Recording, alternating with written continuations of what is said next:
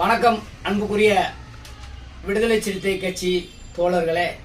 நான் விருதுநகர் விடுதலை சிறுத்தை கட்சி தொழிற்சங்க மாவட்ட செயலாளர் சக்திவேல் பேசுகிறேன்.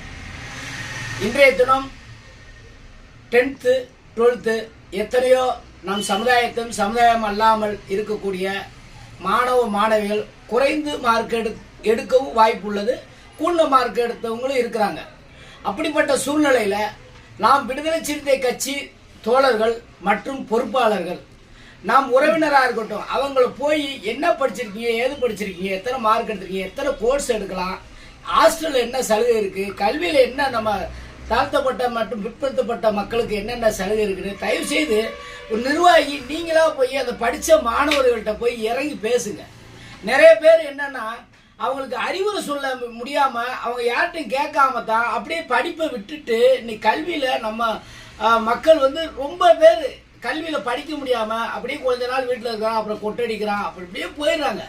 இதனால் நம்மளுடைய சமுதாயத்தோட வளர்ச்சி மிகவும் பாதிக்கப்படுது. அன்புக்குரிய தோழர்களே, என்னால் முடிஞ்ச அளவுக்கு இன்றைக்கி கூட 2 மாணவிகளை ஹாஸ்டலில், அதாவது குறைஞ்ச மார்க்கு, நம்ம படிக்கவே நம்ம வாய்ப்பை இழந்துட்டோம், நம்ம படிக்கவே தகுதியற்றவங்க அப்படின்னு சொல்லி நினச்சிக்கிட்டு இருந்த ஒரு 2 பிள்ளைகளை கல்வி அலுவலகத்தை கல்வி சிஓ மாவட்ட கல்வி அலுவலரை சந்தித்து ஹாஸ்டலு எல்லாமே ஹாஸ்டல் வாங்கி கொடுத்தோம், பள்ளிக்கூடத்தில் சீட்டு வாங்கி கொடுத்து நிதியும் கொடுக்குறோம்.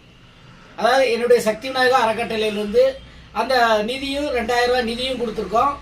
அதாவது என்னால் முடிஞ்ச அளவுக்கு நான் கொடுக்குறேன், நீங்கள் உங்களால் முடிஞ்ச அளவுக்கு ஒரு 2 பிள்ளைகளை, ஒவ்வொரு நிர்வாகி 2 பிள்ளைகளை 3 பிள்ளைகளை இந்த மாதிரி படித்த நம்ம வீட்டை சுற்றி இருப்பாங்க, வீட்டை சுற்றி நம்ம சொந்தக்காராக இருக்கட்டும், உறவினராக இருக்கட்டும், ஒரு எளிமையாக கஷ்டப்படுறவங்களாகட்டும், என்னப்பா படிச்சிருப்பேன் ஒரு வாய் திறந்து பேசுங்க. இதுதான் நம்மளுடைய தலைவருடைய எழுச்சி.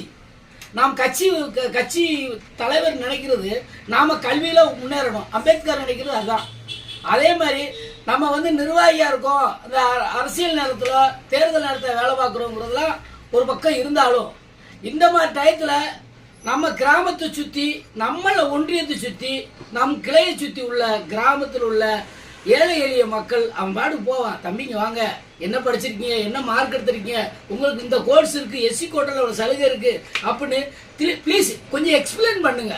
அதனால நம்மளுடைய கட்சியும் வளரும், நம்மளோட தலைவரோட கொள்கையும் வளரும், நம்மளோட தலைவரோட ஆசை நிறைவேறும், நாமளும் வளரலாம் என்பதை தெரிவித்து கொண்டு கண்டிப்பாக நம்மள ஒவ்வொரு நிர்வாகிகளும் உங்களால் முடிஞ்சாலும் ஒரு 5 பேருக்கு ஒரு படிப்பு உண்டான உதவியை செய்யுங்கிறத கேட்டுக்கொள்கிறேன். நன்றி, வணக்கம்.